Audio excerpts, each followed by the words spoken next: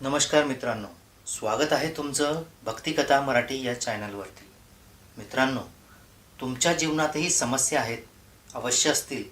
प्रत्येकाच्या जीवनात समस्या असतात आणि प्रत्येक माणूस स्वतःला एकदा तरी विचारतोच की या समस्या म्हणजे काय आणि ह्या जीवनात का येतात.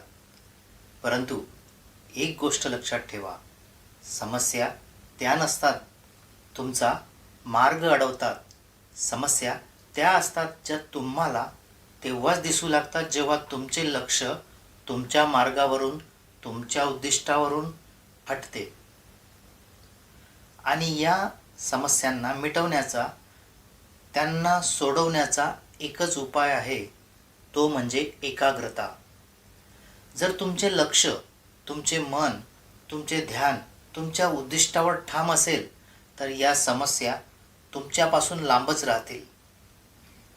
जिथे तुमचे लक्ष आहे तिथेच तुमची दृष्टी देखील हवी, तेव्हाच तुम्ही ते साध्य करू शकता. म्हणून लक्षात ठेवा, तुमच्या मार्गावर चालत राहा, तुमच्या उद्दिष्टाकडे पुढे जात राहा. जसे तुम्ही पुढे जाल तसे या समस्या मागे पडत जातील.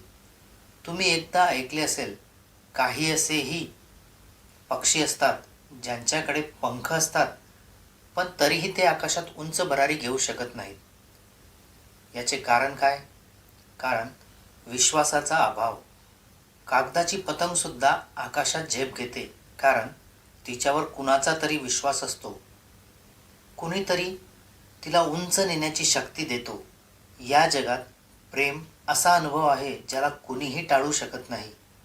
एक ना एक दिवस प्रत्येक जण या प्रेमाच्या रोगाने ग्रस्त होतोच. कारण मनामध्ये स्वच्छता नसणे. सर्वप्रथम पाया सांभाळा. तुमचा पाया म्हणजे तुमचा आहार. जे खाल तसे व्हाल आणि तुम्ही जे विचार कराल तसेच तुमचे आयुष्य घडेल. म्हणून तुमचे विचार सकारात्मक करा, दृष्टिकोन सकारात्मक ठेवा. सगळं ठीक होईल. आपल्या प्रत्येकाच्या आत एक संरक्षक शक्ती आहे. तिला ओळखा, तिचा सामना करा आणि तिला पार करा. अन्यथा ती महामारीसारखी वाढू शकते. आपल्या चुकांना स्वीकारा. स्वतःच्या चुका मान्य केल्या की सगळं फार स्पष्टपणे दिसू लागतं. बरं, या चुका सुधारण्याची गरज का आहे? कारण त्यातूनच जीवनात शांती मिळते. तुम्ही कितीही मोठ्या ज्ञानी व्यक्तीसोबत बसा, पण स्वतःला बदलणे हे फक्त तुमच्याच हातात आहे.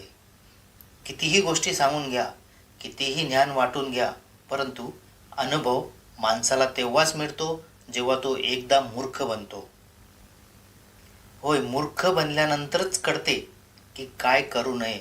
जगात अनेक जण तुम्हाला सांगतील की काय करावे, कसे जगावे, परंतु मोठं ज्ञान त्यातून मिळतं जे आपल्याला सांगतं की काय करू नये. म्हणून सदैव लक्षात ठेवा, जर कधी तुम्ही एखादी चूक केली, कोणी तुम्हाला मूर्ख बनवून गेलं, कोणी फसवलं, तर काही हरकत नाही. हे शेवटी तुम्हाला अधिक बुद्धिमानच बनवेल. या काळात सकारात्मक राहा. जगात असा कोणताही पर्वत नाही जो इतका उंच आहे की माणूस त्याच्या शिखरापर्यंत पोहोचू शकत नाही, आणि असा कोणताही सागर नाही जो इतका खोल आहे की माणूस त्याच्या तळाला स्पर्श करू शकत नाही. हिम नद्या वितळतात, नद्या वाहू लागतात. कारण काय? कारण प्रयत्न ठरवतात तुमचे प्रारब्ध काय असेल. जे काल होते ते आज नाही, आणि जे आज आहे ते उद्या असेलच असेही नाही. हे मान्य करावेच लागेल. मित्रांनो, नेहमी स्मित हास्याने जगावे. ते लोक ज्यांनी संकटाच्या काळात तुम्हाला सोडून दिले त्यांच्यावर रागवू नका, द्वेष बाळगू नका, त्यांचे आभार माना. तुमच्या वाईट वेळेलाच तुम्ही तुमचा चांगला वेळ बनवा, आणि जो हे करतो तोच शेवटी श्रेष्ठ होतो. यालाच तुमची विकासाची वाट म्हणतात. काहींसाठी हे सर्व भाग्य आहे, तर काहींसाठी कर्माची इच्छा. धन, यश, प्रगती ही गोष्ट माणसासाठी आवश्यक आहे.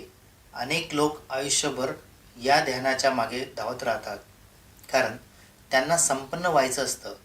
माझ्याकडे थोडा पैसा आला तर मी काहीतरी करून दाखवेन, असं म्हणणं सोपं आहे. परंतु असे उत्तम कर्म करा की धनच तुमच्या मागे धावू लागेल. जर तुम्हीच धनाच्या मागे धावलात तर समाधान हरवून बसाल. आणि समाधान हरवलं तर माणूस महान राहत नाही.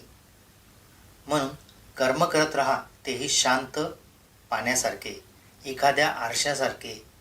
आरसा काय करतो? तुम्ही जे करता तेच तुम्हाला परत दाखवतो. तुम्ही हसतमुखाने आरशात पाहिलात तर आरसाही तुम्हाला हसताना दाखवतो. तुम्ही रुसून पाहिलात तर तिथेही तुम्हाला स्वतःचा रुसलेला चेहरा दिसतो. आणि जर तुम्ही मनमुराद हसलात तर आरसाही तुम्हाला तसंच आनंद दाखवतो. हाच या जीवनाचा नियम आहे. जीवन तुम्हाला काय देतंय यापेक्षा महत्त्वाचं म्हणजे तुम्ही जीवनाला काय देता. जर तुम्ही आनंद, प्रेम, सुख देता तर जीवनही तुम्हाला आनंद, प्रेम आणि सुखच परत देतं. आपल्या मनात अनेकदा एक प्रश्न येतो, हे जीवन देवाने आपल्याला पृथ्वीवर जगण्यासाठी दिलं आहे आणि आपल्याला माहीत आहे की आपल्याकडे एकच जीवन आहे. मग आपण विचार करतो, मी काय करू ज्यामुळे माझं जीवन सुधारेल? कुठला कर्ममार्ग धरू? कुठलं पुण्य करावं? कुठलं शास्त्र वाचावं ज्यातून ज्ञान मिळेल आणि जीवन सुंदर होईल? मनुष्य संपूर्ण आयुष्य याच प्रश्नांची उत्तरं शोधत घालवतो. शास्त्रही वाचतो, समजून घ्यायचा प्रयत्नही करतो, परंतु ते सर्वांनाच समजतं असंही नाही. एक गोष्ट लक्षात ठेवा, जीवन सुंदर करण्याच्या किल्ल्या दोनच आहेत, तुमची वाणी आणि तुमचा विवाहबंध. वाणी गोड ठेवा, जितकं शक्य असेल तितकं ती सुधारत राहा. वाणी हा असा बंध आहे जो दुसऱ्या व्यक्तीला तुमच्या व्यक्तिमत्वाशी जोडतो.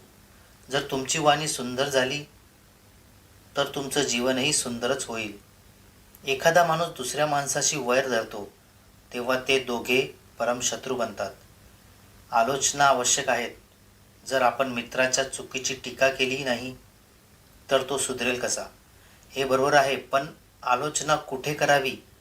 जर तुम्ही सार्वजनिक ठिकाणी आलोचना केली तर ती अपमान बनते आणि जर तुम्ही एकांतात सांगितलं तर ते परामर्श बनते. अपमान कुणालाच आवडत नाही. म्हणून जर आलोचना आवश्यक असेल तर सर्वप्रथम योग्य वेळ, योग्य स्थान आणि योग्य परिस्थिती बघा. यातूनच नातं टिकतं, ज्ञान वाढतं आणि मन शांत राहतं आणि तुमच्या सर्व समस्या सुटून जातात. मित्रांनो, या व्हिडिओमध्ये इतकंच. जर व्हिडिओ आवडला असेल तर लाईक, शेअर, कमेंट करा आणि चॅनलला सबस्क्राईब करायला विसरू नका. धन्यवाद. जय श्री कृष्ण.